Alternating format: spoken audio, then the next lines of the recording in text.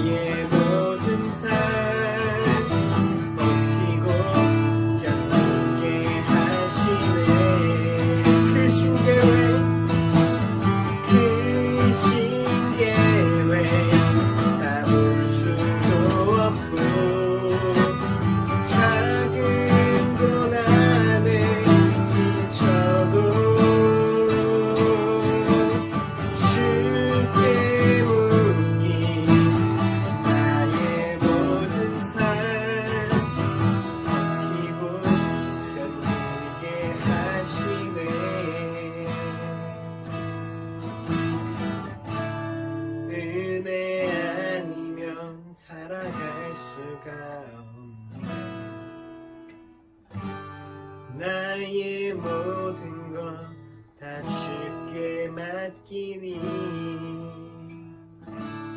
참된 평안과 위로 내게 주신 주 예수 오직 예수뿐이네.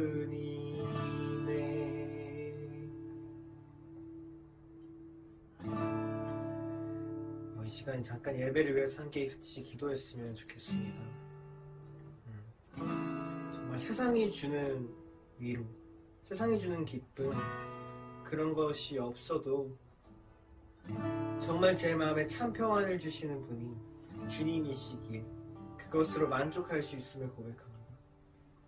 주님의 크신 계획을 우리가 다 알 수도 없고 그 그저 눈앞의 작은 일들에 오늘도 지쳐하고 힘들어하지만 그럼에도 우리를 붙드시는 그 주님을 의지합니다. 그 신실하신 주님을 우리가 의지하며 끝까지 걸어갈 수 있도록 도와주세요. 잠깐 함께 예배를 위해서 함께 같이 기도하시겠습니다. 기도드리겠습니다. 하나님 아버지 감사합니다. 주님 우리를 불러주신 그 계획과 그 모든 뜻을 다 알지도 못합니다. 주님 알 수 없고 오늘도 눈앞의 작은 일들에 넘어지며 괴로워하고 신음하는 우리들입니다. 그러나 주님 우리를 붙드시는 그 주님을 바라보니 주님을 인도해 주시옵소서. 우리는 오늘도 연약한 자들입니다. 넘어진 자들입니다. 주님 우리 주인 되어 주셔서 이 모든 주님 우리 고민들과 걱정들 주님한테 내려놓고 나아갈 수 있도록 주님 도와주세요. 우리 참 평안을 주시는 그 예수 그리스도를 바라보고 예수 그리스도를 찬양합니다. 주님 신실하신 주님 신뢰하며 나아가겠습니다.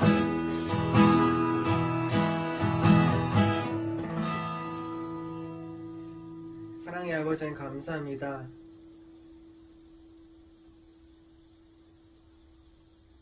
크신 계획 우리의 이 작은 생각들로는 다 알 수도 없고 다 이해할 수도 없지만 한 걸음 한 걸음 우리를 인도하시는 그 주님을 바라보며 신뢰하며 걸어갑니다.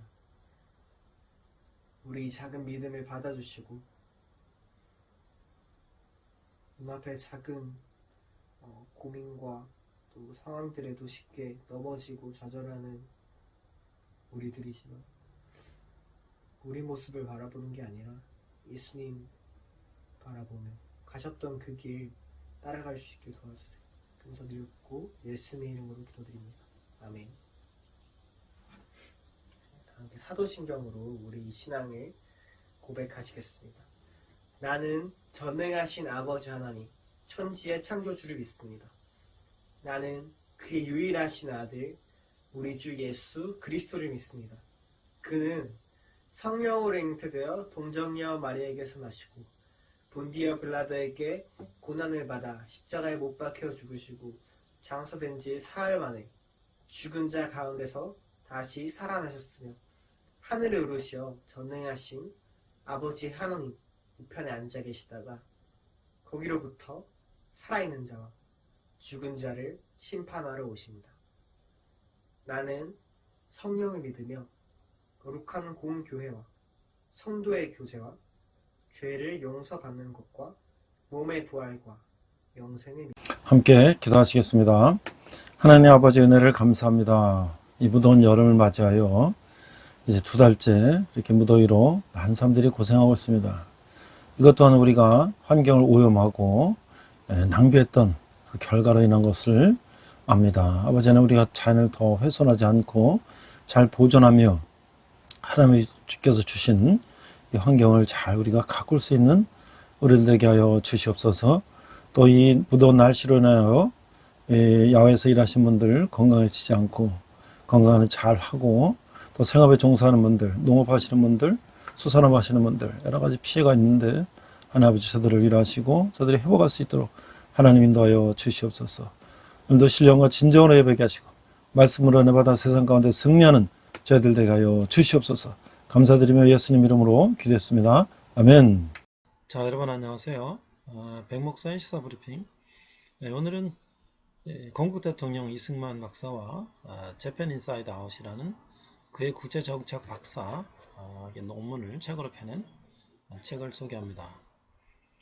그는 청년 시절 공화제를 수립해야 된다고 하는 그런 반국가적인 활동이겠죠. 조선 말기에.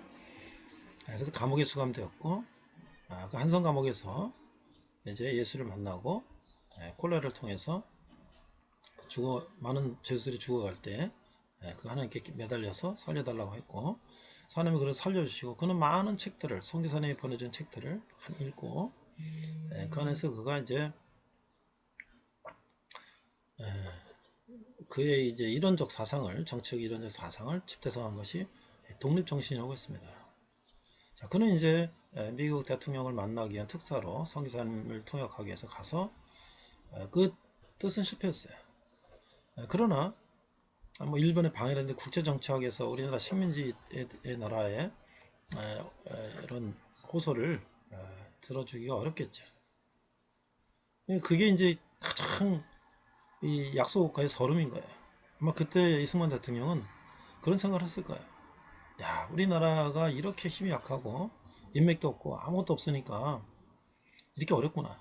그래서 내가 이 나라에서 공부하고 이 나라에서 입지를 다져서 뭔가 나를 위해서 해야 되겠다. 그런 생각을 했을 거예요. 그래서 선교사님들의 도움으로 그가 이제 미국 대학에 입학하게 되죠.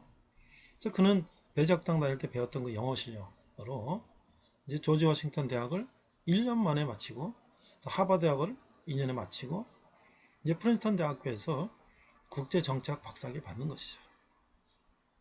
앞서 말씀드렸던 것처럼 그는 그 당시 1910년 우리나라 한일 합방되는 시점에서 동양인으로 최초로 프린스턴 대학에서 국제정치학 박사를 받은 사람이에요. 그만큼 대단한 거죠. 자, 그때 이제 여기 사진에 보면 이승만과 맥아더가 나오죠. 그때 당시에 이제 이승만은 많은 미국의 교수들 또 이런 사람들을 찾아서 또 방문하고 또 하면서 많은 인맥을 쌓게 되는데 그 당시 처음 이제 누구의 소개로 맥아더를 소개받았는데 그 당시 소령이었던 맥아더를 보고서 이 맥아더 가정은 다 대대로 군인 가정이고 대단한 집안이죠. 그래서 그는 이 맥아더 소령을 만나서 서로 이제 교류를 하기 시작해요. 근데 그게 미국에서 만났던 맥아더는 나중에 이제 6.25 전쟁 때 극동군 사령관으로서 맥아더는 일본에 있었고 뭐 그건 이제 2차 대전 후에 일본 원자력 폭탄으로 일본이 패망할 때 천황 앞에서 항복 문서를 받은 사람이 맥아더 아니겠어요? 그러니까 미국에서 유학 시절에 그가 소령으로 만났던 맥아더는 그 후에 20, 30년이 지난 후에 미국의 원수 별 5개 미국의 총사령관이 되고 일본 천황을 앞에 무릎 꿇게 한 그런 사람이 됐던 거예요. 그러니까 이승만 대통령이 이제 6.25 때 누구한테 제일 먼저 긴급 타전했겠어요? 일본에 주도하고 있는 극동군 총사령관 맥아더에게 SOS를 했겠죠. 맥아더는 이제 유엔에 보고하고 유엔에서 이제 유엔군을 파견해야 되는 그런 일이 일어나게 된 것이죠. 그것이 이제 이승만에서 미국에서 닦은 그런 인맥의 결과였다는 거야. 자, 그래서 오늘 우리가 살펴보자 하는 것은 재팬 인사이드 아웃이다. 그러니까 우리말로 이제 번역된 이름을 보면 일본의 가면을 벗긴다 이런 얘기인데요. 자, 이 책은 말이죠. 일본 천황 전체주의 미카도이죠. 자, 일본 어떻습니까? 지금도 천황이 있죠. 지금도 천황이 있어요. 이게 천황제라고 하는 것은 영국의 왕실 이런 유럽의 왕실은 달라요. 유럽 왕실은 유럽 영국이나 이런 데는 엘리자베스 여왕이 있지만 그들의 종교는 뭐 성공이라든지 뭐 기독교라든지 그 달라요. 하나의 이제 왕이라고 하는 것은 군림하지만 통치하지 않는다. 상징적인 존재이죠.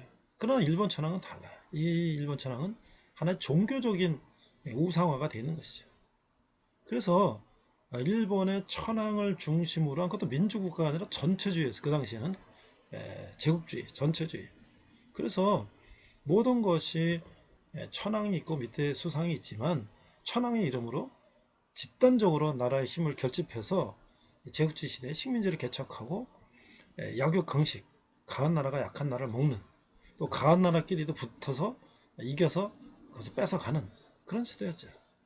그러니까 일본의 천황 전체주의의 본질과 그 기원, 저들의 침략 야욕의 실상 그리고 저들의 침략 야욕을 저지할 수 있는 유효한 방안을 제시했다. 근데요, 이 책의 가장 중심 사상에는 그 일본의 천황 전체주의라든지 이런 것들은 표면에 있지만 그 기저에는 뭐가 있는가? 이들은 반기독교적이라는 거예요. 그러니까 이 완전 우상숭배적이라는 거예요. 그래서 일본은 근본적으로 기독교 국가에 적대적일 수밖에 없다는 거예요. 이승만 대통령은 나중에 장로 않습니까?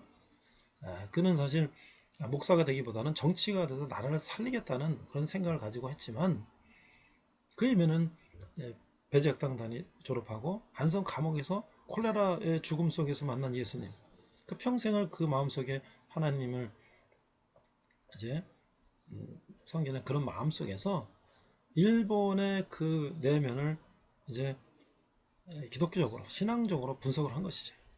그러면 그 당시에는 어땠습니까? 일본은 항상 외국과 친한 관계를 유지하죠. 그래서 그때는 일본과 미국이 굉장히 친한 상황이었어요. 심지어 스티븐슨이라는 사람이 우리나라 미국 사람이 한반도 지배를 이제 그걸 합리화하는 그런 연설하러 다니니까 우리나라 전명훈 여사가 그 암살하기도 하는 그 사건이 일어나지 않았습니까? 그런데 그러면서 그 사람들은 마음속에 일본 사람들 마음속에 항상 침략 의학을 가지고 있었다.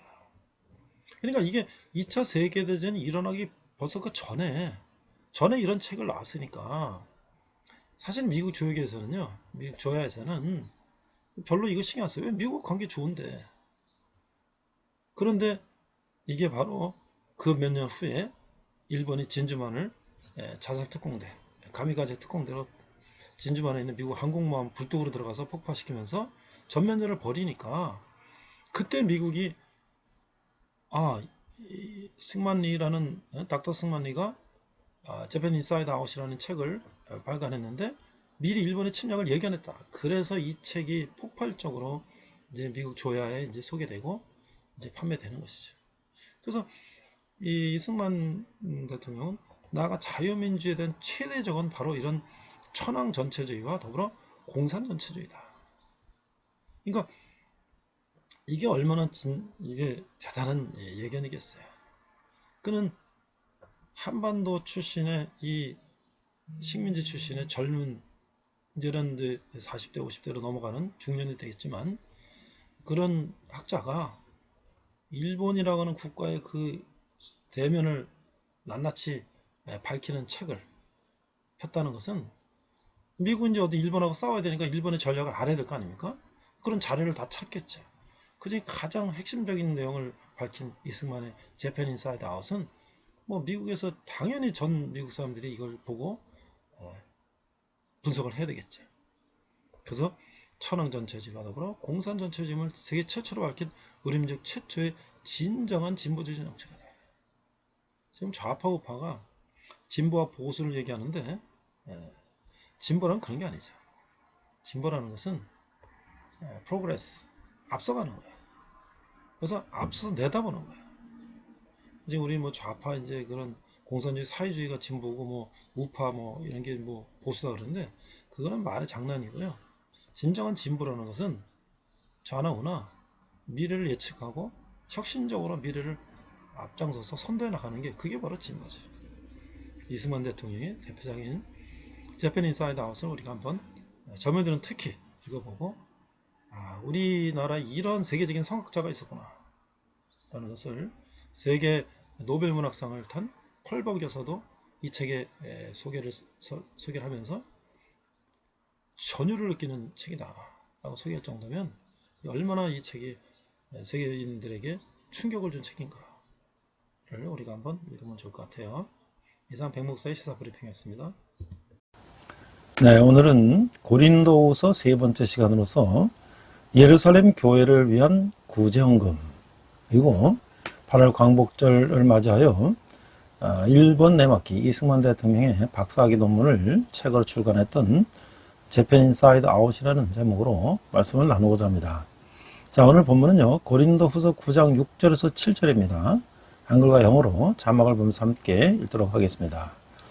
고린도서 9장 6절, 이것이 곧 적게 심는 자는 적게 거두고 많이 심는 자는 많이 거둔다는 말이로다. 각각 그 마음에 정한 대로 할 것이요 인색함으로나 억지로 하지 말지니 하나님은 즐겨내는 자를 사랑하시느니라. 이렇게 되어 있어요. 자, NIV 성경인데요. 2 Corinthians chapter 9 verse 6 to 7인데요. 6절 Remember this, whoever sows sparingly will also reap sparingly, and whoever sows generously will also reap generously. Each man should give what he has decided in his heart to give, nor reluctantly or under compulsion, for God loves a cheerful giver. 이렇게 돼 있어요. 자, 바울은 말이죠. 향기로운 리더십을 가진 사람이다. 그러니까 세상의 지도자들은 많은 규칙과 복무 규정을 만들어서 사람을 통제하죠. 그러나 하나님의 지도자는 그런 의문이 아니라 어떤 의식적인 그런 문서가 아니라 영으로 사람을 이끄는 거예요. 왜냐하면 자신의 리더십은 새 언약의 일꾼을 갖는 그 영의 직분이며 결국은 하나님의 영광을 나타내는 것임을 알기 때문이죠. 그래서 영적 리더십은 자유와 변화와 영광의 리더십이다. 또한 일하는 방식 자체가 하나님의 영으로 쓰고 육의 신비에 쓰는 사람의 변화를 일으키는 변혁의 리더십이다. 바울은 이런 영적 리더십의 열매인 교인들을 무사람이 알고 있는 편지요 우리 마음의 편지라고 제시했던 것이죠. 자신이 얼마나 큰 실적을 올린 위대한 인물인가를 자랑하는 영적 리더십이 판치는 세상 속에서 바울은 실로 자천이 필요 없는 지도자였다. 열매가 그를 증명했다고 하는 것이죠. 그러나 자신의 사역의 열매인 그들조차 자신에게서 난 것으로 여기지 않았어요. 그들을 자신의 것으로 여기지도 않았고, 그리고 스스로 만족하지도 않았고, 참된 지도자의 만족은 오직 하나님께로서 영적 지도자는 자신을 전파하고 드러내지 않는다는 것이죠. 오직 자신은 예수님의 종임을 아는 지도자, 사람들의 종임을 아는 어린 이런 리더십을 오늘도 다시 볼 수는 없을까?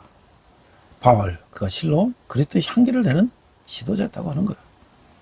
그래서 고린도서 2장 15절에는 우리는 구원 없는 자들에게나 망하는 자들에게나 하나 앞에서 그리스도의 향기네라고 말씀했던 것이죠.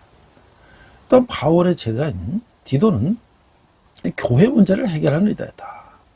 그러니까 바울의 동역자 디도는 바울 서신과 함께 고린도 교회에 보내져 그것의 어려운 상황을 처리했던 것이죠. 디도의 지도 아래 여전히 많은 문제들은 사라지기 시작했고 교회는 점점 견고해져 갔어요. 이에 디도는 마게도냐에 있는 바울에게 돌아와 모든 것이 만족스럽다고 이제 보고를 했어요. 교인들이 바울의 편지를 받고 순종한 것과 그들이 근심함으로 회개했다는 소식을 전했던 것이죠. 바울은 그들이 디도의 마음을 시원하게 해주었다는 것에도 만족을 표시했어요. 디도의 보고를 받은 바울에 의해 그는 다시 고린도에 보내져 예루살렘 교인들을 위한 연보를 이방인 교회에서 모으는 일을 했던 것이죠. 이는 일찍이 디도가 시작한 일이 됐고요. 바울은 고린도전서에서 언급한 바 있는 예루살렘 교회 성도를 위한 연보의 필요성에 대해서 말하고 이전에 마게도냐 교회가 해간 모범을 제시했던 거예요. 그리고 하나님이 받으실 만한 참 연보의 원칙, 곧 연보의 액수나 양보다 준비성이 중요하다는 점을 제시했던 것이죠. 바울은 연보로 인해 사람들로부터 쓸데없는 오해를 사지 않으려고 합당하다고 인정받는 자들을 선정해서 연보 사역을 담당하게 하고 자신의 헌금을 직접 취급하는 일을 함으로써 매우 신중하게 행동했던 것이죠. 바울의 목회 사역은 디도 같은 믿음의 동역자, 훌륭한 파트너가 있었기 때문에 성공적일 수가 있었던 거예요. 디도에 따르면 바울은 디도를 그레데에 남겨두어 교회를 세우도록 했어요. 디도는 바울에게서 참아들이라고 불렀는데 이것은 디도에 대한 바울의 관심이 얼마나 컸는가 하는 것과 디도가 바울의 마음에 맞는 믿음의 동역자였음을 나타내고 있는 것이죠. 그래서 우리가 바울이 머물고 있던 그 마게도냐 땅, 이 환상의 땅이 마게도냐, 이건 어떤 것인가? 우리 지도를 보면 그래서 북쪽에 위치한 이 마게도냐는 이 성경이 언급한 데살로니가, 빌립보, 베레아 주변 지역을 가리키는데 현재 그리스의 마게도냐 전역과 북마게도냐 공학을 포함한 지역으로 대부분 이 구름이나 산악지대가 돼 있어요. 구약시대는 야벳 소설인 이 야완으로, 신약시대는 마게도냐로 불렸어요. 주전 108년 로마가 그리스를 정복했고 주전 146년경 실질적으로 지배하기 시작했는데 주전 43년 전투는 로마 제국이 황제 시대를 나아가는 중요한 전투였던 거예요. 옥타비아누스, 아우구스투스와 안토니우스는 율리우스 시저를 암살한 이들과 싸워 이겼고, 옥타비아누스는 주전 31년 그리스 서부 악티움 해전에서 경쟁자 안토니우스를 이기고 로마 제국 황제가 됐던 거예요. 옥타비아누스는 주전 27년에 그리스 북쪽을 마게도냐, 남쪽을 아가야로 구분했고, 마게다 주요 도시를 이어주는 길은 비아 에그나티아라고 하는 곳인데, 동쪽 비잔티움 이스탄불에서 시작해서 네아폴리, 빌리포, 암비볼리, 아볼로니아, 데살로니가를 지나 서쪽 일루리곤 지방의 다라키움 항구에 이르는 약 1120km의 길이 있다는 거예요. 바울은 2차 전도 여행 때 마케도니아로 건너와서 우리를 도우라고 하는 환상을 들어와서 본 후에 유럽의 관문인 네아폴리에 도착해서 에그나티아 길을 따라 마게도니아 전역에 이 복음을 전했던 거예요. 고린도서는 마게도니아에서 기록했는데, 바울은 편지로 아가의 고린도 교회와 마게도니아의 데살로니가 교회 간의 선한 경쟁을 부추겼던 거예요. 아가는 소크라테스와 플라톤 같은 헬라, 그리스 문화의 원조라는 이 자부심이 있었고, 마게도는 알렉산더가 이룬 헬라 제국이라는 자부심이 단단했던 곳이죠. 마게도니아 최후 수도는 베로니아인데, 베로니아는 아리스토텔레스가 자란 곳이자 알렉산더의 아버지 빌립 왕이 암살되어 묻힌 곳이에요. 알렉산더는 자신의 고향 벨라를 수도로 삼았다가 헬라 제국이 된 이후 누 이름을 딴 데살로니카로 수도로 옮겼어요. 베로니아, 코드로, 벨라, 데살로니카는 모두 데살로니가 평야에 있는 이 도시라고 하는 거예요. 알렉산더가 원정하면서 헬라 문화로 제국을 통일했다면, 바울이 마게도냐인의 환상을 보고 전한 복음은 에그나티아 길을 따라 동로마 제국 수도 비잔티움에 전해져 천년왕국의 기독교 문화를 만들어내지 않았을까라고 생각이 되는 거죠.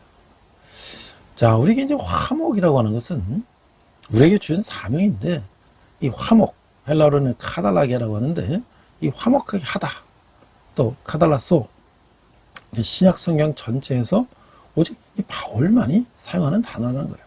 바울은 이 말을 통해서 하나님의 사랑과 구원을 표현하고, 당시 사람들에게 화목하게 되는 것은 상호협상과 동의어로 이루어졌다는 것이죠.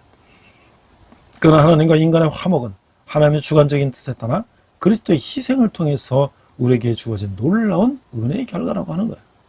하나님, 우리가 원수되었을 때 아들을 십자가에 내어주심으로 자신과 우리를 화목하게 하셨어요. 바울은 고린도 성도들을 향해 하나님과 화목하라고 간곡히 권면했던 것이죠. 예수 그리스도의 대속적 죽음으로 이루어진 하나님과 화목은 우리 죄를 해결할 수 있는 유일한 길인 것이에요. 이를 통해서 우리는 은혜로 주어지는 생명과 구원을 알고 얻고 새로운 피조물이 되었던 것이죠. 하나님 우리에게 화목하게 하는 직분을 주었고, 화목하게 하는 말씀을 부탁하셨어요. 하나님과 화목은 교회 공동체 안에서 성도와 목회자 간 화목을 이루는 비결이 되는 거예요. 하나님 화목하게 된 우리는 더 많은 사람이 하나님과 화목해지도록 말씀으로 도와야 된다라고 하는 것이죠. 이제 우리가 또 오늘의 주제는 또 연보인데요. 헌금이죠. 은혜 받은 자가 나누는 사랑의 표현이 연보다. 연보는 단지 가난한 사람을 돕는 수단이 아니라 자신이 받은 은혜에 대한 감사의 표현인데, 연보에 참여하는 자는 즐겨내는 자가 되어야 한다. 하나님이 채우신 은혜가 이미 풍성하기 때문이다. 고대에는 물질을 후원하는 자와 그것을 받는 자의 상호 협력 관계가 형성되면 후원받는 사람이 호의를 제공한 사람의 요청에 응해야 할 사회적 의무가 있었다는 거예요. 상호 의무적 종속 관계를 맺는 것이죠. 그러나 연보는 물질을 제공한 사람과 물질을 받는 사람의 관계에 따라 좌우되지가 않는 거예요. 고린도 성도들의 연보가 바울을 통해 예루살렘 교회에 전달될 때 고린도 성도들은 연보를 할 수 있는 믿음을 주신 하나님께 감사하고, 예루살렘 성도들은 연보를 통해 도우신 하나님께 감사했던 것이죠. 즉 감사다. 연보란 사람들과 연보로 도움을 받은 사람을 모두 오직 하나님께 연보는 예수 그리스도의 사랑을 표현하는 것이며, 하늘의 처소를 소망하는 믿음을 반영한다 라는 것이죠. 또한 믿음의 공동체를 돌보고 하나님의 사역을 확장하며 하나님께 영광을 돌리는 것이다 라고 하는 거예요. 또 우리가 약할 때 나타내는 이 십자가 능력이 뭐냐면 강함이라는 강함. 고린도 성도는 능력 있는 지도라면 고난의 어려움을 당할 때 자신의 약함을 드러내지 않는다고 생각했어요. 고린도 성도들에게는 신체의 뚜렷한 약점이 있고 하늘마다 빈번히 실패하며 늘 삶에서 고난과 역경을 당하는 이 바울의 모습이 위대하거나 신뢰만한 지도자의 모습으로 보이지 않았을 거예요. 그런데 그리스도의 일꾼이요 사도된 바울은 오히려 자신의 약함을 드러냈어요. 바울은 고린도후서 11장에서 자신이 당한 환난과 고난, 자신의 약함을 말하고 있어요. 그리고 내가 약한 것을 자랑하리라 라고 고백하고 있어요. 바울의 약함은 더 큰 하나님의 은혜와 예수 그리스도의 십자가 능력을 받는 바탕인 것이죠. 그런 약함으로 온전해졌고 강해졌으며 기뻐할 수 있었어요. 바울은 12장에서 나 여러 악한 것들에 대하여 자랑한다고 말하고 있어요. 13장에서 자신이 약할 때 고린도 성도들이 강한 것을 기뻐한다고 강조하고 있어요. 우리가 믿는 예수님은 십자가 죽음조차 하나님 능력으로 이기신 분이에요. 우리는 약함 때문에 두려워서는 안 되고 우리와 함께 하시는 하나님의 강함이 우리를 붙들고 살리기 때문인 거예요. 하나님은 그분의 능력과 은혜와 사랑과 평강으로 우리를 인도하신다 라고 하는 것이죠. 자, 오늘 8장부터 9장을 우리가 살펴보겠는데요. 이제 자원하는 연보예요. 풍성한 연보. 8장 1절부터 9절까지 보겠습니다. 1절, 형제들아 하나님께서 마게도냐 교회들에게 주신 은혜를 우리가 너에게 알리노니 환난의 많은 시련 가운데서 그들이 넘치는 기쁨과 극심한 가난이 그들의 풍성한 연보를 넘치도록 하게 하였느니라. 내가 증언하노니 그들의 힘대로 할 뿐 아니라 힘에 친하도록 자원하여 이 은혜와 성도 섬기는 일에 참여함에 대하여 우리에게 간절히 구하니 우리가 바라던 것뿐 아니라 그들이 먼저 자신을 주께 드리고 또 하나님의 뜻에 따라 우리에게 주었도다.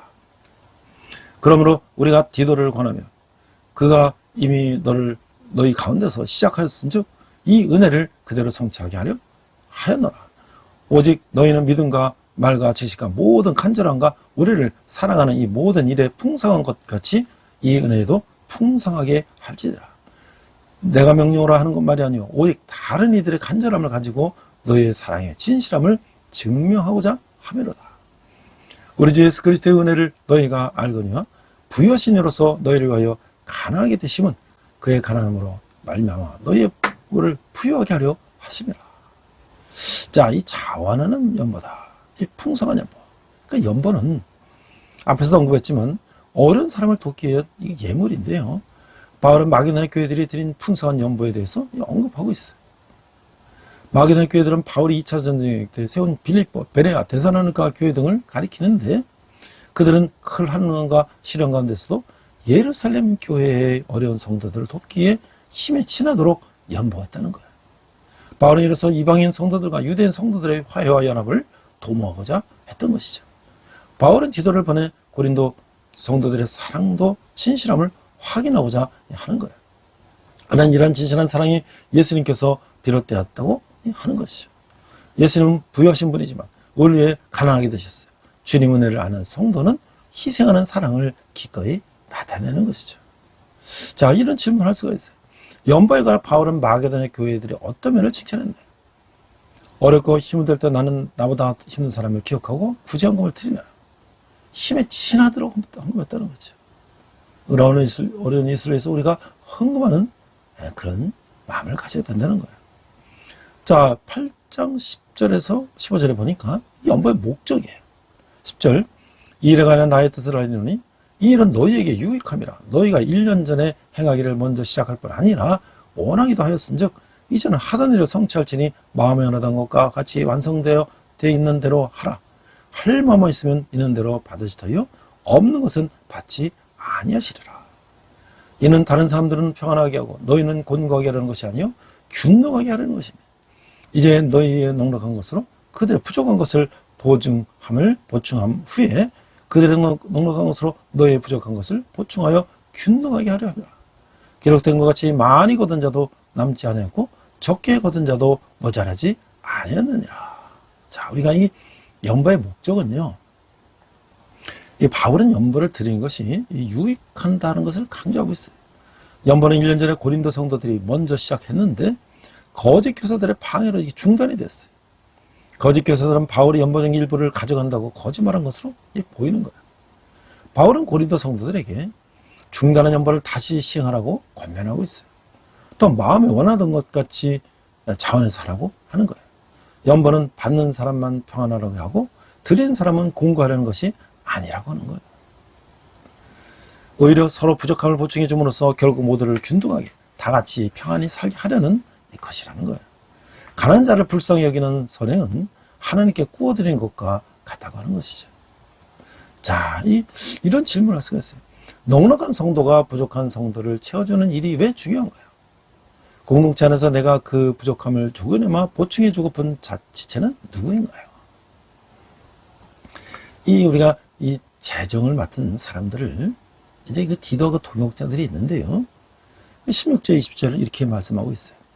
너를 위하여 같은 간절함을 디도의 마음에도 수시는 하나님께 감사하노니 그가 권한을 받고 더욱 간절함으로 자원하여 너에게 나아갔고 또 그와 함께 그 형제를 보냈으니 이 사람은 복음으로써 모든 교회에서 칭찬을 받는 자요 이뿐 아니라 그는 동일한 주의 영광과 우리의 원을 나타내기 위하여 여러 교회의 택함을 받아 우리가 맡은 은혜의 길로 우리와 동행하는 자라.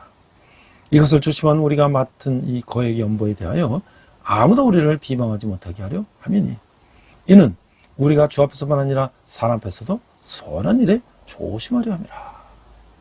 자, 이 재정을 맡은 사람들은요, 이 교회 재정은 모두에게 신뢰받는 사람이 맡아야 하는 거예요. 바울은 자신이 직접 나서서 연보 모금에 관여하지 않았던 거예요. 만약 그 직접 돈을 만졌다면 괜히 오해를 불러일으켰을 것으로 생각되는 것이죠. 바울은 디도에게 그 일을 보냈고 디도는 자원한 마음으로 그 일을 맡았어요. 바울은 그와 함께 다른 형제들도 보냈어요. 그가 누군지 언급하지 않았지만 아마도 고린도 교회에 잘 알려진 인물이었을 것이에요. 디도는 고린도 교회에서 검증된 사람이었고 다른 형제 역시 복음 전한 일로 모든 교회로부터 인정받은 사람이었어요. 바울은 거액의 연보를 그들에게 맡겨 하나님의 일에 아무도 비방을 하지 못하게 했어요. 선한 일일수록 하나님과 사람 앞에서 더욱 조심하는 것이 지혜라고 하는 것이죠. 자, 이런 질문을 할 수가 있어요. 바울의 연보 모금과 운반을 다른 이들에게 맡긴 이유는 무엇일까요? 내가 직접 관여하지 않고 위임함으로써 공정하게 처리할 일은 무엇인가요? 이게 바로 이제 이 오해를 받지 않는 다 직분자에게 맡기는 거죠. 자, 우리가 이제 오해 소지를 차단한다. 그래서 8장 22, 24절에 보니까 또 그들과 함께 우리 한 형제를 보냈으니 그는 우리는 그가 여러 가지 일에 간절한 것을 여러 번 확인하였거니와 이제 그가 너희를 크게 믿음으로 더욱 간절하니라. 디도로 말하면 너희 나의 동료여 너희를 위한 나의 동역자여 우리 형제들로 말하면 여러 교회의 지지자들이요 그리스도의 영광이니라. 그러므로 너희는 여러 교회 앞에서 너희의 사랑과 너희에 대한 우리 자랑의 증거를 그들에게 보이라. 자, 그래서 이제 오해 소지를 차단하게 한 것인데 민감한 일일수록 처음부터 오해의 여지를 차단할 필요가 있는 거예요. 바울은 디도와 다른 형제에게 연보를 맡기면서 또 다른 한 형제를 보내는 거예요. 따라서 총 3명이 연보를 운반하게 됐던 것이죠. 그들은 모두 검정된 사람이요 성도들이 충분히 신뢰할 수 있는 이끌이었어요. 바울은 신뢰할 수 있는 사람을 세움으로써 고린도 성도들을 안심시킬 수 있었고 또 바울 자신이 혹여 오해받을 만한 여지도 없을 수가 있었던 거예요. 바울이 돈 앞에서 바울 자신도 유혹받을 수 있기에 스스로 그런 환경을 차단할 수도 있어요. 이처럼 사역자의 재정과 관련해서 오해와 실수의 소지를 최대한 없애는 것은 자신과 교류에서 꼭 필요한 것이다. 이런 질문할 수가 있어요. 바울이 연보를 맡긴 이들을 교회에서 어떤 평가를 받는 일꾼이었나요? 오해와 실수를 사전에 차단하기 위해 내가 취한 처지는 무엇인가요? 교회에서 믿을 만한 사람에게 연보를 맡게 된다고 하는 것이죠. 이 교회에서 목회자와 일부 재정 담당한 사람만이 서로 알고 재정을 몰래 관리한다면 그야말로 비리가 싹틀 수 있는 바로 그런 문제가 생길 수 있다는 거예요. 연보는 공정하게 해야 된다는 것이죠. 자, 이제 연보를 이제 생각하니까 저는 이 하와이에서 우리 일제 때 조선 말기에 사탕수 농장에 이제 이민을 갔던 그분들이 어떻게 고국에다가 돈 버는 것들을 보냈고 또 독립운동 자금으로 보냈는가? 그래서 그들이 과연 가서 편하게 잘 돈 벌고 있는 사람이었는가? 그들은 그 험난한 사탕수수 밭에서 고생하면서 거의 힘들게 버는 돈을 거기다 보냈는데, 여기 이제 하와이 한인사회와 독립운동, 그 하와이 한인사라는 인하대학교 프레스에서 나온 이 글을 보니까 인천에서 일본을 경유해서 하와이까지 약 10,000km, 수십일의 항해 끝에 도착한 그곳에서 한인은 악착같이 불을 내렸다는 거예요. 경술국치부터 광복까지 35년 동안 그들은 수만리 타지에서도 한민족으로서의 민족권을 잊지 않았고, 그들이 서사시는 인천을 떠나 하와이에 도착하면서 시작했다는 거예요. 그래서 그들이 이제 나중에 이승만 대통령에게 버는 돈을 갖고 학교를 세워달라 해서 인천에다 하와이와 이름을 따서 인하대학교가 바로 그런 대학이 된 것이죠. 자, 하와이 노동 수요는 사탕수수 대량 생산이 시작된과 동시에 이제 점점 늘어났는데요. 하와이 원주민들이 노동력을 감당할 수 없기 때문에 이제 정부는 외국인 노동자를 이제 농장에 투입하게 했어요. 그래서 이제 하와이 사탕수수 농장주협회는 고종 황제에게 조선인을 하와이로 노동임을 시켜서 이제 건의했어요. 그래서 이 체결이 돼가지고 그 백성을 편안하게 한다는 뜻의 수민원이라는 것을 설치해가지고, 그런데 하와이 이민자가 없었어요. 아무도 그 길을 편한 길이라고 생각하지 않았기 때문이죠. 그 당시에 우리가 외국을 간다는 것은 거의 뭐 죽어서 못 온다고 생각했기 때문에 지원자가 없었는데, 그때 미국 감리 선교사 존스가 조선의 개신교들에게 이 하이민을 홍보하기 시작했어요. 그는 인천 지역을 돌면서 대한 사람이 천국인 미국에 이민하게 되는 것은 하나님의 뜻이요, 하나님의 은혜라고 주장을 했어요. 그의 순영부의 교인들이 지원을 시작했고, 전체 지원자의 절반 이상이 인천의 내립교회의 조선인 개신교인으로 이루어졌다는 거예요. 1902년 12월 20일 한국의 노동자들은 인천항을 떠났어요. 이민자들은 121명으로 출발했으나 일본에서 102명만이 신체검사 합격했고, 그들은 다시 갤리고를 타고 하와이로 향했고, 1903년 1월 13일 마침내 하와이 호놀룰루에 도착을 했어요. 그들은 다시 8명의 질병 판정을 받고 그들의 가족을 포함한 16명이 조선으로 이제 송환됐어요. 존슨은 하와이 감리사에게 이들에는 소개장을 써 보냈는데, 그러나 애초 사탕수수 농장의 노동 인력에 투입될 계획으로 찾던 이들에게 소개장이 효과가 있을 만무였다는 거예요. 결국 이민자들은 대부분 사탕수수 농장으로 보내졌는데, 그 이민 알선 업체였던 동서개발회사는 꾸준히 하와이 이민자를 모집하여 광고를 했어요. 광고지는 기후가 온화하여 더욱더 춤이 없으므로 각인의 기질에 합당하며 모든 섬에 학교가 있어 영문을 가르치며 학비를 받지 않냐고 하는 이 시간은 매일 10시간 동안이며 일요일은 휴식한다, 이렇게 적혀 있어요. 그 이제 직업을 얻기가 용이하고, 그래서 동서개발에 발표한 이 광고제 내용은 이 거짓. 하와이 노동자들은 하루 평균 8,600평에 해당하는 이면을 경작하였고, 16시간의 중노동을 참아냈고, 농장주들은 노동자들을 노예처럼 다스렸어요. 채찍을 휘두르며 이름 대신 번호를 매겨서 불렀어요. 이들은 고국으로 돌아가고 싶어도 돌아갈 수가 없었어요. 동서개발의 노동자들에게 지참금과 여비를 갚게 했기 때문이었어요. 하루 30센트에서 50센트 임금을 받으면서 빚을 갚아야 했어요. 1903년 5월 10일 제국신문에서 하와이민은 노예민이라는 사설이 실렸음에도 하와이민은 계속됐어요. 노동이민 금지명이 내려지던 1905년 8월 8일까지 56회에 걸쳐 7,291명이 하와이로 이민을 떠났고, 그중 4,683명이 사탕수수 농장에서 노동했다는 거예요. 그런데 이제 하와이 독립운동이 이제 일어났어요. 국권을 만회할 주의로 합하여 이래고로 급서무는 동포를 환란에서 구원하며 교육에 발달케 하여 우리 삼천리 독립과 2천만의 생활의 무거운 짐을 우리 어깨에 독담할지라도 능히 사양치 아니하노라. 이게 이제 해조신문이라는 이제 한인 합성협회 창립 지문인데요.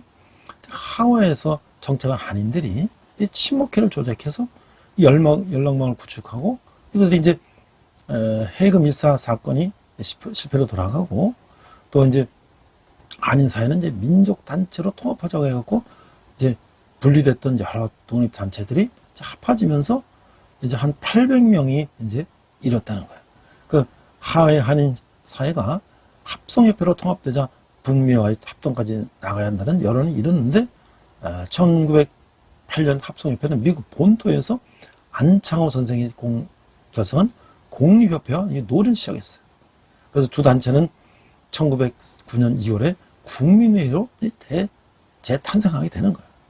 그래서 하와이 합성협회는 국민의 하와이 지방총회로 명칭을 변경했고, 그렇게 이제 됐고, 그 다음에 결국 북미에 잔존했던 단체로 국민의 통합에 합의하고 단체명을 대한민국 국민회로 명명했어요.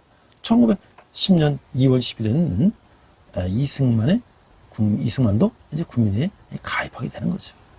같은 해 8월 19일 한일 강제합병이 일어나고 국민회 58명은 국민회가 모여서 일본 국에 복종하지 않을 것과 죽기를 아끼지 않고 독립정치 이렇게 다르고 선을 하게 되는 거예요. 1912년 2월 3일 국민회의는 이승만의 하와이 초청을 추진하는데 여기에는 이승만의 옥중에서 만났던 박용만의 영향도 적지 않았다라는 것이죠. 이제 박용만은 이승만에게 편지를 보냈어요. 오늘 아침에 하와이에서 온 서신을 보니 하와이 사람들이 우리 형님에게 바라는 것은 다른 것이 아니라 한번 만나보기를 원할 따름이다. 다만 한번 가르침을 받고 싶을 뿐이지 다른 소망은 없다고 합니다. 바라온데 형님께서 혈압보시면 어떻겠습니까? 그래서 1919년 13년 9월 한인중앙학원의 교장으로 치면 이승만은 역사 교육을 통해서 애국심과 민족 장심을 고착하려고 노력했어요. 하지만 이는 미국 선교부의 마찰을 불러일으켰고 미국 선교부는 교육을 통해 이주민을 한인들을 하와이 사회에 동화시키려 했지만 이승만은 그들을 훗날 대한독립을 위한 힘쓸 수 있는 인재로 양성하기로 했던 거예요. 미국 선교부는 또 한편으로 이승만에게 은근한 압박을 넣어서 결국 1916년 이승만은 한인중앙학원 교장직을 사임하고 같은 해 3월 1일 한인 여자 성경학원을 개교했어요. 1918년 9월에는 한인 기독학원으로 개칭하여 본격적인 민족교육을 시작하게 됐다는 거예요. 그래서 이제 하와이에서 이렇게 학교 사업과 독립운동이 이제 이루어지게 되는데 그것이 그렇게 순탄하지 않다는 거예요. 이승만과 박용만이 한때 의형제라고 불릴 만큼 돈독한 우정을 가시했지만 박용만이 항일 무장 독립운동 단체인 대조선 국민군단을 조직하면서 갈등이 시작됐어요. 이승만은 교육과 외교를 중심으로 박용만은 무력투쟁을 통한 독립운동을 주장했어요. 그래서 이것이 이제 싸움으로 벌어지고 여러 가지 어려움을 당했죠. 그러나 이제 결국 하와이에서 박용만은 점점 밀려나고 이승만이 이제 전체적인 주도권을 잡게 되는 그런 형세가 됐다는 거예요. 그리고 이제 3월 1일 이제 3.1운동이 탁구공원에서 일어나게 되고 미국에서도 역시 그런 독립운동이 이루어지게 되고 그 다음에 결국 미국에 있는 이 교민들은 이 돈을 걷어서 이제 광복군, 독립군의 자금을 대게 됐다는 거죠. 그래서 하와이 전역에도 소식이 퍼졌고 하와이 모든 단체는 국내의 독립운동을 시작하고자 했고 3.1운동이 한인사회 분쟁과 갈등을 단순간에 봉합하고 단결시켰어요. 3월 15일 하와이 부인 대표 41명은 호놀루에 모여서 공동대회를 개최하고 독립운동을 후원할 것을 결의했어요. 이렇게 설립된 부인 구제는 먼저 3.1운동 구제금 1,500달러를 국내로 송금하고 또한 대한민국 일정부 대한군정서, 대한독립군 총사령부, 한국광복군에 후원금을 붙였어요. 이들이 생활을 철학하며 독립운동에 후원한 금액은 20만 달러가 넘는 거예요. 미주와 하와이 지방의 여성들이 가졌던 각오는 1920년 9월 13일 신원민보에 그대로 담겨 있어요. 우리는 어떤 처지로 어떤 곳에 있든지 꼭 대한여자이로소이다. 꼭 대한의 권리라야 나의 권리가 되며 대한의 자유라야 나의 자유가 되며 대한의 행복이라야 나의 행복이 됩니다. 아, 대한의 어머니들이여, 벌거벗은 대한을 위하여 입은 옷이라도 벗어주소서. 대한의 누이들이여, 줄인 대한을 위하여 식은 밥 한 줄이라도 먹여주소서. 대한의 딸들이여, 목마른 대한을 위하여 냉수한이라도 마시게 하소서. 대한의 머리를 들고 겨우 일어서려고 할 때 손을 잡아주소서. 두 팔을 펴서 안아주소서. 따뜻한 가슴속에 깊이 안아주소서. 이게 이제 대한구제 회원들의 모습이라는 거예요. 그래서 하와이에서 독립운동이 이제 지속적으로는 이제 이루지 못했어요. 한인사회가 이제 여러 가지 어려움을 겪게 되고 그런 과정 속에서 이제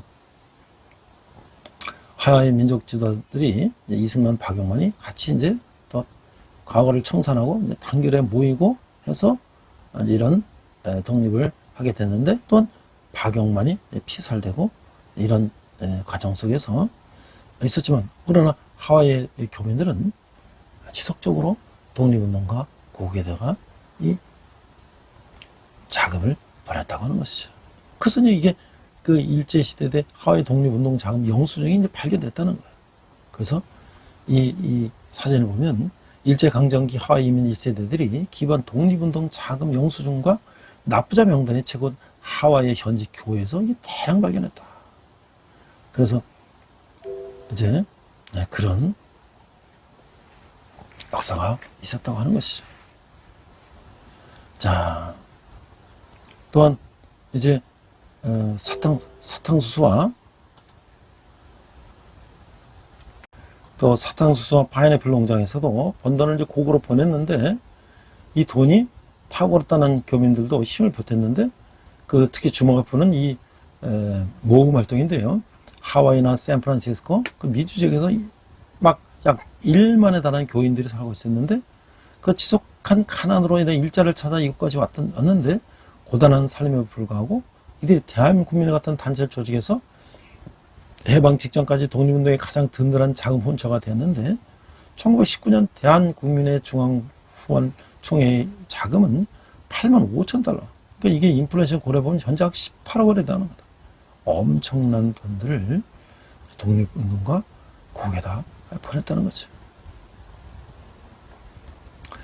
자, 그래서 이제 우리가 연보를 미리 준비해야 한다. 가난한 성도를 섬기는 연보는 무엇인가? 이제 9장 1절에서 5절까지 보니까, 성도를 섬기는 일에 대하여는 내가 너에게 쓸 필요가 없나니 이는 내가 너희의 원함을 알미라. 내가 너희를 위하여 마게도인들에게 아가에서는 1년 전부터 준비했다는 것을 자랑하였는데, 과연 너희의 열심히 폭 많은 사람들을 분발하게 하였느니라. 그런데 이 형제들을 보낸 것은 이 일에 너희를 위한 우리 자랑이 헛되지 않고 내가 말한 것 같이 준비하게 하려니라. 혹 마게도인들이 나와 함께 와서 너희가 준비하지 아니한 것을 보면 너희는 고사하고 우리가 이미 있던 것에 부끄러움을 당할까 두려워하노라. 그러므로 내가 이 형제들로 먼저 너희 가서 너희가 전에 약속한 연보를 미리 준비하게 하도록 고면하는 것이 필요한 줄 생각하노니, 이렇게 준비할 연보답고 참연보답고 억지가 아니니라. 자, 이 연보를 미리 준비한다. 이 연보의 목적은 섬김이죠.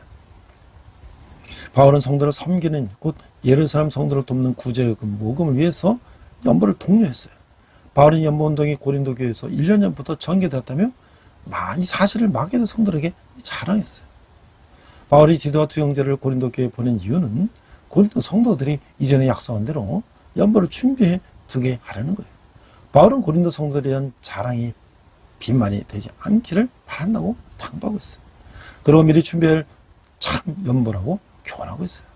하나님께 드린 예물은 미리 구별해 두어야 하는 것이죠. 이것이 마지못해가 아닌 기쁜 마음으로 드리는 사람의 바람직한 모습이라고 하는 거예요. 자, 우리는 이런 질문을 할 수가 있어요. 참 연보답게 드리기 위해서는 어떻게 하나요? 하나님께 드릴 예물을 원심히 미리 준비하는 경우와 그렇지 않은 경우는 어떤 차이가 나요? 그렇죠. 우리는 미리 준비하는 연보를 해야 된다는 것이죠. 자, 그래서 연보한 자가 받는 복인데요.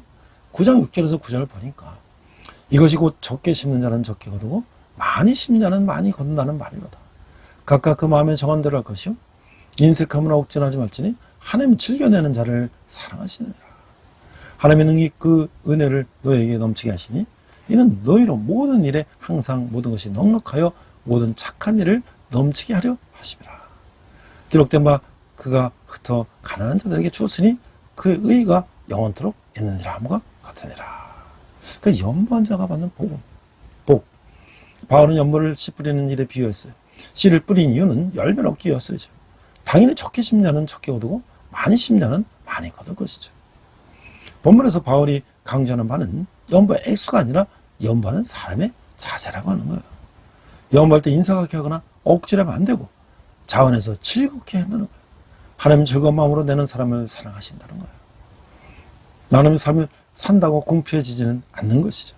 선한 일에 힘쓸 수 있도록 하나님께서 모든 은혜를 넘치게 해서 풍성함으로 경험하게 하실 것이라는 거예요.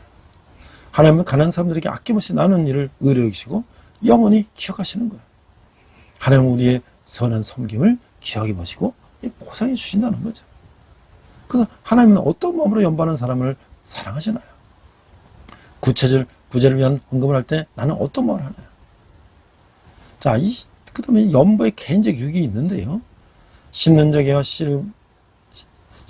씨와 먹을 양식을 주시는 이가 너희 심을 것을 주사 풍성하게 하시고 너희 의의 열매를 더하시니 너희가 모든 일에 넉넉하여 너그럽게 연보를 하면 그들이 우리로 말미암아 하나님께 감사하게 하는 것이라. 이 봉사의 직무가 성도들의 부족한 것을 보충할 뿐 아니라 사람들이 하나님께 드리는 많은 감사로 말미암아 넘쳤느니라. 그 연보의 개인적 유익은요, 연보는 만물의 주권자이신 하나님의 은혜를 경험할 수 있는 통로라고 하는 거예요. 심는 자는 주는 자를 의미하는데 하나님은 가난한 사람에게 끝까지 주는 자에게 먹을 양식과 나눌 것을 풍성하게 채워주시는 거예요. 특히 또한 그의 삶의 열매를 더하시는 거죠. 누군가를 돕는 것은 결국 손해가 아닌 거예요. 하나님은 연보를 하는 사람에게 풍성하게 채워주시죠. 연보를 받은 사람은 자신의 부족함이 채워지는 은혜를 받고 하나님께 감사하게 되는 거예요. 기쁘게 드리는 한 사람의 연보는 그리스도의 사랑을 전하고 은혜의 군하신 하나님을 향한 감사가 넘치게 하는 것이죠. 바울은 연보를 봉사의 직무라고 부르는데 이는 연보가 봉사 곧 예배 행위임을 의미하는 거예요. 성도 연보는 예배와 다름이 없는 것이죠. 질문할 수가 있어요. 바울이 연보를 봉사의 직무라고 표현하는 이유는 무엇일까요? 내가 나는 물질로 인해 하나님 향한 감사가 넘치는 데 있다면 무엇일까요? 그렇죠. 원래는 내가 나눔으로 인해서 하나님께 영광을 돌리는 거예요. 마지막으로 연보의 교제적 유익은 무엇인가? 이 직무의 증거를 삼아 너희가 그리스도의 복음을 진실히 믿고 복종하는 것과 그들과 모든 사람을 섬기는 너희 후한 연보로 말미암아 하나님께 영광을 돌리고 또 그들이 너희를 위하여 간구하며 하나님이 너에게 주신 지극한 은혜로 말미암아 너희를 사모하느니라. 말할 수 없는 그 연사로 말미암아 하나님께 감사하노라. 그 연보와 교회적 유익은요, 연보는 교회의 연합과 하나됨을 가져오는 거예요. 주 40년에 시작된 예루살렘이 기근으로 인해 많은 성도가 어려움을 겪었어요. 특히 그리스도인은 박해를 받았기 때문에 생계에 더욱 어려움이 있었어요. 당시 예루살렘 성도들은 권력층이나 사회기관으로부터 도움을 받을 길이 없었기에 성도들이 십시일반으로 도움을 주어야 했어요. 이런 상황에서 고린도 성도들의 연보는 그들이 복음을 진실하게 믿고 순종한다는 증거가 되는 거예요. 한편 연보를 받은 예루살렘 성도들은 하나님 베푸신 넘치는 은혜로 인해 고린도 성도들 위해 기도하며 그들을 사모하게 되는 거예요. 이로써 유대인 성도들과 이방인 성도들의 연합이 이루어지게 되는 것이죠. 그래서 이런 우리 질문할 수가 있어요. 연보를 주고받음으로 고린도와 예루살렘 성도로 서로 어떤 관계가 되나요? 복음에 순종하는 것과 삶과 사람들의 섬기는 삶은 어떤 관련이 있나요? 서로 연관이 된다는 거죠. 연결이 된다는 거죠. 자, 오늘 이 마게도냐 고린도 교회의 헌금과 예루살렘 교회의 헌금과 일제 하와이 교민들이 고생하면서 고국의 이제 독립군 작업이 되는 것을 보면서 그 일본이라는 나라는 어떤 나라인가? 그래서 1941년에 그 6월에 이승만 대통령이 이 프린스턴 대학에서 박사학위 논문을 쓴 것을 이제 책으로 출판했는데 그것이 이제 원제는 Japan Inside Out. 그래서 일본의 가면을 벗긴다. 그래서 The Challenge of Today라는 일본 내막계라는 일본의 가면을 벗긴다라는 책인데요. 자, 이 책은 일본 제국주의에 대한 실상을 낱낱이 비판하는 내용으로 향후 미국은 일본과 장차 전쟁할 것임을 예견했어요. 저자 이승만은 65세 나이에 이 책을 영문으로 미국 현지에서 출간했어요. 1941년 여름에 이 책이 나왔을 당시에는 이 평화로운 분위기에 젖어있던 미국 국민들은 일본의 웃음띤 가면 뒤에 숨겨진 흉계를 알지 못하고 저자 이승만을 향해서 무슨 헛소리냐고 조롱했어요. 그러나 불과 6개월 후에 일본이 하와이 진주만을 불시에 기습 공격하자 전 세계는 경악하였고 이 책은 순식간에 베스트셀러가 됐으며 이승만 박사는 한국 최초의 미국 베스트 작가가 됐다는 거예요. 그래서 이제 이 펄복이라는 이 대지라는 그 노벨문학상을 탄 소설을 쓴 이 중국의 왕릉 일가의 어려운 그 농민들의 이야기를 쓴 이 펄복 여사는 이 책의 서평에서 놀라운 책이며 무서운 책이다. 나는 이 책의 내용이 사실이 아니었으면 좋겠다. 그러나 모두 사실이다라고 극찬한 바가 있어요. 불과 몇 개월 만에 그대로 일어났으니까.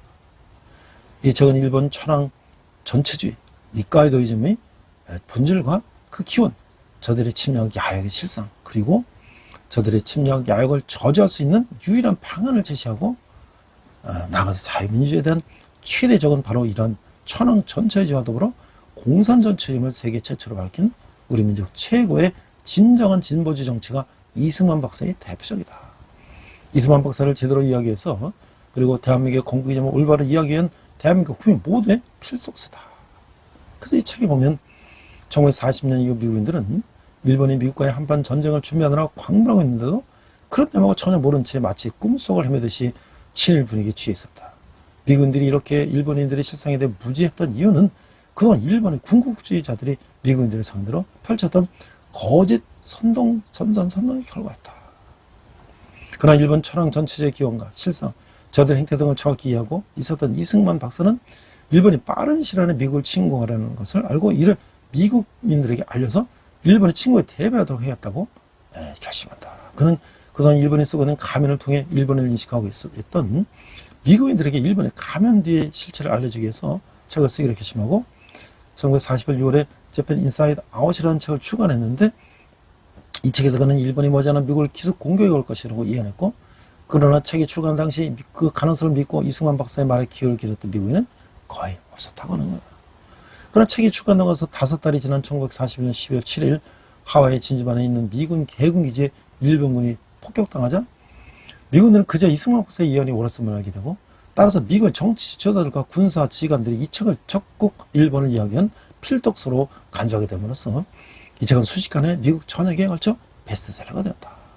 따라서 이 책은 단순히 일본 천황 전체주의의 기원과 실상, 군국주의 행태를 분석하고 일본의 미국 침공을 예언했을 뿐만 아니라 당시 세계 최고 수준의 정치 철학과 외교 및 국제정치의 본질 등에 대한 담론을 담고 있다.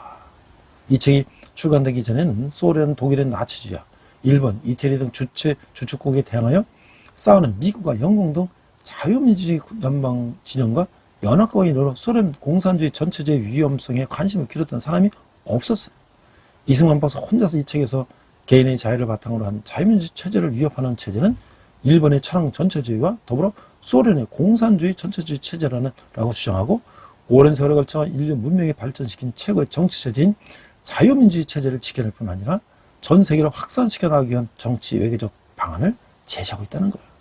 그리고 지금 일본 군국주의의 만행과 더불어 그 최초의 희생자가 됐던 대한민국이 나라를 빼앗기게 된 전후 사정과 일제의 식민지가 됨으로써 겪었던 고통에 대한 상세한 설명과 일제 식민지 상태에서 벗어난 대한민국의 독립을 쟁취할 방도에 대해서 설명하고 있다는 거예요.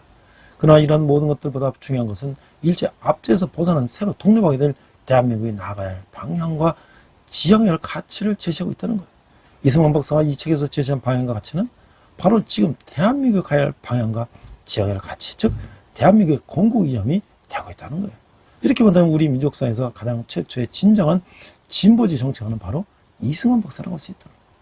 오늘 대한민국 국민들이 이런 이승만 박사의 선자적 지혜와 지식, 지도력에 감사를 표현커녕 그를 독자적으로 폄하하면서 그의 공로를 망각하고 있는 바 이는 그의 진면목을 알지 못한 상태에서 김일성 공산 전체자들의 거짓 성동에 노련한 결과라고 할 수 있다는 거죠. 이 책은 당시 미국을 지배하던 평화주의적 풍조에 대하여 자유를 즐기는 사람은 많지만 자유에 생명을 걸고 싸우려는 사람은 없다라고 비판하면서 전체주의들에게 평화를 이야기하는 것과 간첩의 행동과 다름없다고 주장하고 있어요. 오남 이승만은 일본과의 전쟁을 피할 수 있다고 주장하는 평화주의자들에게 이렇게 통렬하게 이야기하고 있어요. 당신들이 그토록 평화를 사랑한다면 히틀러의 베를린, 미카도의 도쿄, 무솔리니의 로마에 가서 평화를 설교하라. 전쟁은 이거 미국이 아니라 바로 그것에서 만들어지고 있다라는 거예요. 그래서 목차를 보니까 일본에 대한 여러 이제 중일 전쟁 이런 얘기들이 인도, 차이나, 홍콩 전체 저 알래스카 전 세계의 이런 일본에 대한 침략에 대한 사정들을 자세히 기술했어요. 그래서 울산대 석작에서 최정호 교수는 한마의 어지러운 풍 속에서 사람들이 가까운 중국과 러시아만을 혹은 대만을 건너 일본만을 바라보고 있을 때 청년 이승만은 보이는 것이 피안 즉 수평선 너머의 저쪽을 보고 거기서 미국을 발견했어요. 그리고 우리는 이승만 박사를 19세기 한국의 컬럼버스라고 말하고는 한다는 것이죠.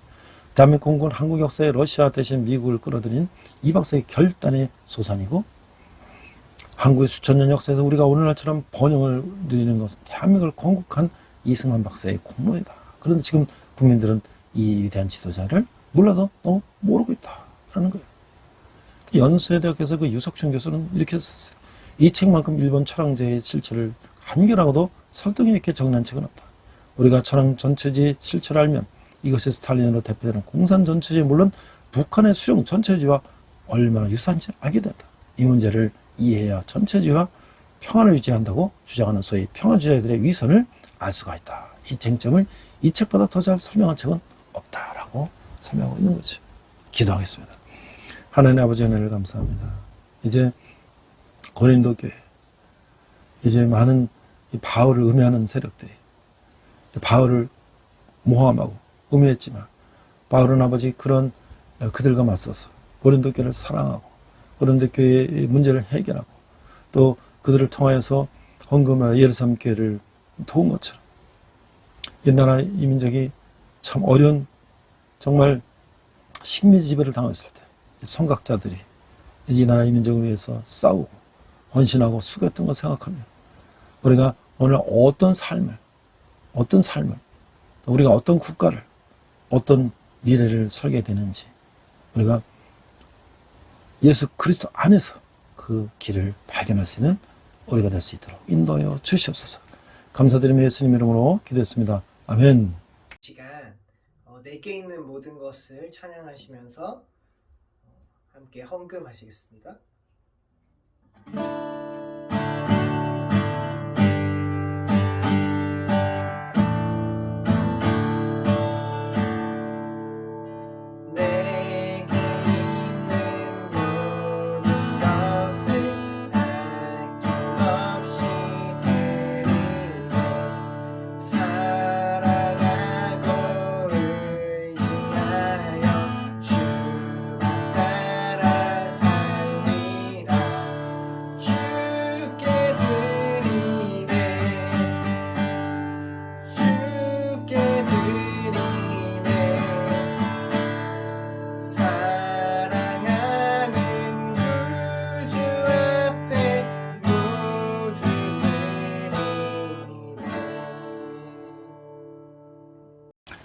네, 지금 더위가 참 오랫동안 이렇게 지속되고 있습니다. 제가 이제 여름에 집에서 에어컨을 한 일주일 정도만 키면 됐었는데, 올해는 뭐 한 달 이상을 키면서도 언제 이게 더위가 끝날지 모르는 참으로 어려운 이 여름을 맞고 있습니다.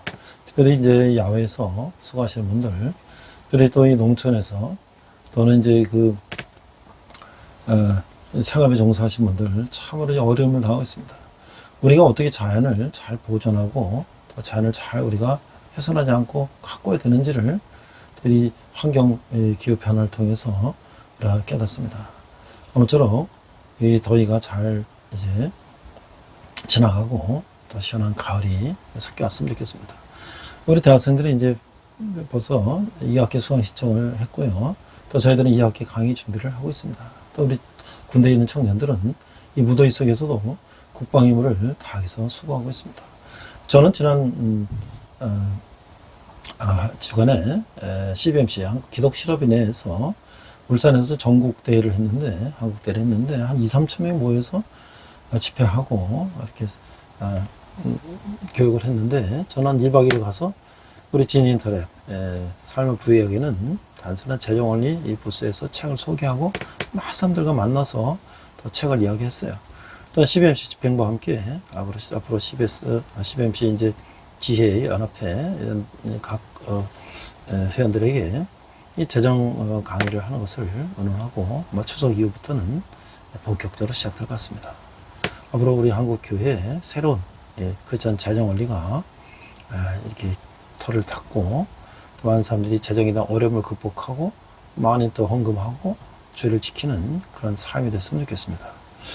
자, 여러분이 후하시는 한 달에 10,000원 후는 우리 청년들이 주님께 돌아오는데 귀하게 사용될 것입니다. 기도하겠습니다. 하나님 아버지 은혜를 감사합니다. 저에게 적은 예물을 주님께 드렸습니다. 이 예물이 쓰는 것마다 주님 영광이 나타나게 하시고 특별히 청년들이 주님께 돌아오는데 귀하게 사용되게 하여 주시옵소서. 지금은 우리 주 예수 그리스도의 은혜와 하나님 아버지 극진한 사랑과 성령님의 감화도 역사하시며 우리가 오직 예수 그리스도의 심장을 가지고 우리 미래를 설계하며 또 그런 나라를 가꾸기를 기도하는 우리 예배드린 모든 성도들이 열방의 성도가 성교사며 특별히 북한에서 고통받는 북한 후보들이 지금부터 영원토록 함께 하시기를 간절히 축원합니다. 아멘. 우리 함께 선한 능력으로 찬양하시면서 한 주간 승리하시기 바랍니다. 우리 이 시간 선한 능력으로 함께 찬양하시면서 결단의 시간 갖겠습니다.